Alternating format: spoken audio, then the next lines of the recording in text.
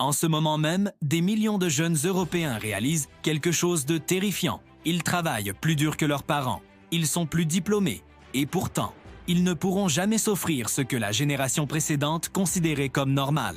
Bienvenue dans l'histoire de la génération sacrifiée. Le choc des chiffres. La réalité est brutale. En 1990, un jeune pouvait acheter un appartement après 5 ans de travail. Aujourd'hui, 15 à 20 ans, si tout va parfaitement. À Paris, il faut 34 années de salaire pour acheter un appartement. À Berlin, les loyers ont doublé en une décennie. Les courses ont augmenté de 25% depuis 2020. L'énergie, plus 40% dans certains pays. Le logement n'est plus un droit. C'est devenu un privilège réservé à ceux qui ont hérité. Le prix invisible. Mais il y a pire que l'argent.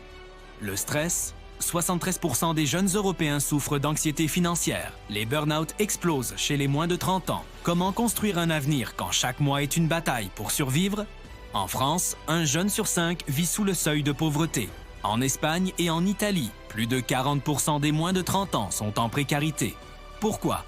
3 raisons principales. La financiarisation du logement.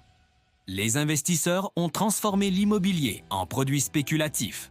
Les salaires qui stagnent. Pendant que les entreprises font des profits records, le pouvoir d'achat recule et les politiques d'austérité. Moins d'aide, moins de logements sociaux, moins de régulation. Le contrat social est brisé.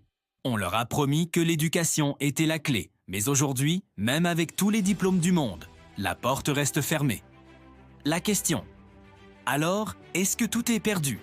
Pas nécessairement. À Vienne, 60% des logements sont sociaux. Résultat, des loyers abordables. À Barcelone, ils bloquent moins les locations touristiques. En Écosse, ils testent un revenu de base. Des solutions existent. Mais pour que ça change, cette génération doit faire entendre sa voix, plus fort que jamais. Conclusion.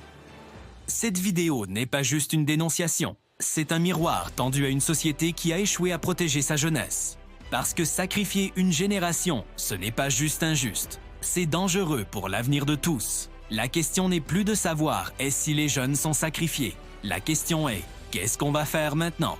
Si cette vidéo t'a touché, partage-la. Le changement commence par la prise de conscience.